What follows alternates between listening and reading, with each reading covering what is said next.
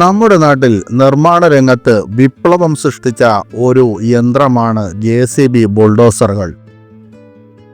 ഒരു കാലത്ത് ജനങ്ങൾക്ക് അതൊരു കൗതുകമായിരുന്നു. JCB ഉപയോഗിച്ച് ജോലികൾ ചെയ്യുന്നത് കാണാൻ ജനങ്ങൾ തടിച്ചുകൂടിയിരുന്നു. അത്രയ്ക്ക് കൗതുകമായിരുന്നു JCB റോഡിലൂടെ പോകുന്നത് കാണുമ്പോൾ. ഇന്ന് JCB നമ്മുടെ നാട്ടിൽ സാധാരണമായി കഴിഞ്ഞിരിക്കുന്നു, ഒരു സാധാരണ യന്ത്രമായി കഴിഞ്ഞിരിക്കുന്നു. എന്നാൽ ഒരു കാലത്ത് നമ്മെ വിസ്മയപ്പെടുത്തിയ ഈ JCB ബുൾഡോസറുകൾ ശരിക്കും ആരുടേതാണ്? രസകരമായ ഒരു ചരിത്രം നിങ്ങൾക്കറിയാമോ? JCB ഒരു വാടക വീട്ടിലെ ഗ്യാരേജിലാണ് അതിൻ്റെ കമ്പനി സ്ഥാപിച്ചത്. എന്നാൽ മുങ്ങിയ ടൈറ്റാനിക് കപ്പലുമായി അതിനൊരു അദൃശ്യമായ ബന്ധമുണ്ട്. ബുൾഡോസറുകൾക്കും മറ്റ് ഹെവി മെഷീനറികൾക്കും പേരുകേട്ട JCB അല്ലെങ്കിൽ JC ബാംഫോർഡ് എക്സ്കവേറ്റേഴ്സ് ലിമിറ്റഡ് UK-യിൽ ജോസഫ് സിറിൽ ബാംഫോർഡ് സ്ഥാപിച്ചതാണ്. JCB മണ്ണുമാന്തി യന്ത്രങ്ങൾ അല്ലെങ്കിൽ ബുൾഡോസറുകൾ എന്ന് പൊതുവെ അറിയപ്പെടുന്ന ഇവ കഴിഞ്ഞ ദശകങ്ങളിൽ ഇന്ത്യയിൽ വളരെ പ്രശസ്തമായി മാറിയിരിക്കുന്നു. ഒരു ഇന്ത്യൻ കമ്പനിയാണ് ഈ ഹെവി മെഷീനറി നിർമ്മിച്ചതെന്ന് വിശ്വസിക്കുന്നതിലേക്ക് പലരെ നയിച്ചു. എന്നാലും ജനകീയമായ ഈ വിശ്വാസത്തിന് വിരുദ്ധമായി പറയട്ടെ, JCB ഒരു ഇന്ത്യൻ സ്ഥാപനമല്ല. JCBയുടെ രസകരമായ ചരിത്രത്തിലേക്കും അത് ലോകത്തിലെ ഏറ്റവും മികച്ച ഹെവി മെഷീനറി നിർമ്മാതാക്കൾ ഒരാളായി എങ്ങനെ ഉയർന്നുവെന്നതും നമുക്ക് പരിശോധിക്കാം. JCB എപ്പോഴാണ് സ്ഥാപിതമായത്? 1945 ഒക്ടോബറിൽ രണ്ടാം ലോക മഹായുദ്ധത്തിൻ്റെ അവസാനത്തിൽ യുണൈറ്റഡ് കിങ്ഡത്തിൽ ജോസഫ് സിറിൽ ബാംഫോർഡാണ് JCB അല്ലെങ്കിൽ JC ബാംഫോർഡ് എക്സ്കവേറ്റേഴ്സ് ലിമിറ്റഡ് സ്ഥാപിച്ചത്. ബാംഫോർഡ് തൻ്റെ വാടക വീട്ടിലെ ഒരു ഗ്യാരേജിനുള്ളിൽ ഒരു വർക്ക്ഷോപ്പ് സ്ഥാപിക്കുകയും കമ്പനിക്ക് തൻ്റെ ഇനീഷ്യലുകൾ നൽകി JCB എന്ന് പേരിടുകയും ചെയ്തു.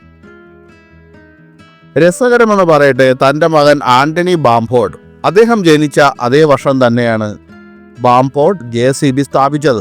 രണ്ടാം ലോക മഹായുദ്ധ സമയത്ത് ബോംബാക്രമണത്തിൽ നിന്ന് കണ്ടെത്തിയ അവശിഷ്ടങ്ങളിൽ നിന്ന് കിട്ടിയ സ്ക്രാപ്പ് ലോഹങ്ങൾ കൊണ്ട് നിർമ്മിച്ച ഒരു ടിപ്പിംഗ് ട്രെയിലറായിരുന്നു കമ്പനിയുടെ ആദ്യത്തെ ഉൽപ്പന്നം. ബാംഫോർഡ് തൻ്റെ ഗ്യാരേജിൽ ട്രെയിലർ നിർമ്മിച്ചു. പിന്നീടത് 45 പൗണ്ടിനും ഒരു പഴയ വണ്ടിക്കും വേണ്ടി മാർക്കറ്റിൽ വിറ്റു.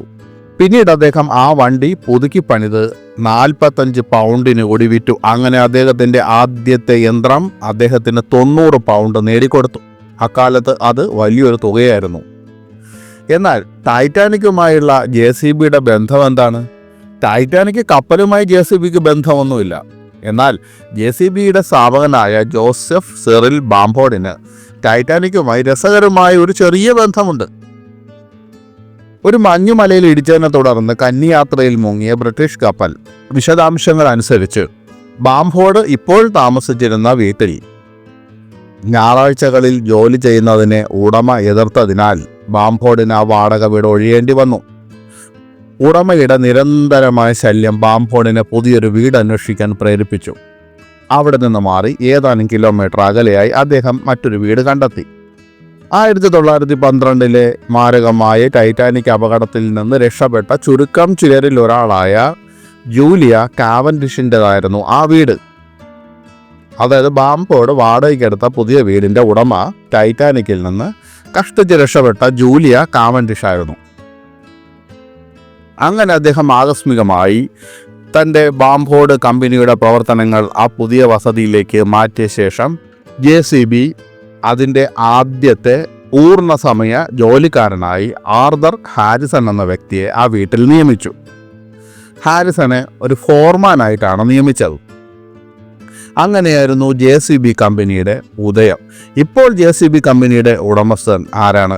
JCB സ്ഥാപകൻ ജോസഫ് സിറിൽ ബാംഫോർഡിൻ്റെ ഏക മകനായ ആന്റണി പോൾ ബാംഫോർഡ് അഥവാ ബാരൻ ബാംഫോർഡാണ് JC ബാംഫോർഡ് എക്സ്കവേറ്റേഴ്സ് ലിമിറ്റഡ് അഥവാ JCBയുടെ നിലവിലെ ചെയർമാൻ.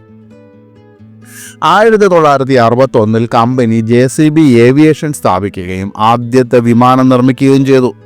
ഒരു വർഷത്തിന് ശേഷം ഹോളണ്ടിൽ ആദ്യത്തെ വിദേശ നിർമ്മാണ പ്ലാന്റും തുറന്നു.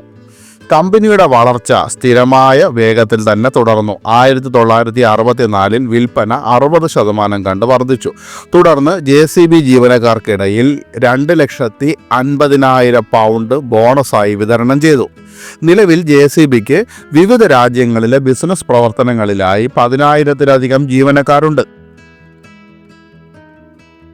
JCB ഇന്ത്യ 1979 ഒരു സംയുക്ത സംരംഭമായാണ് സ്ഥാപിതമായത്.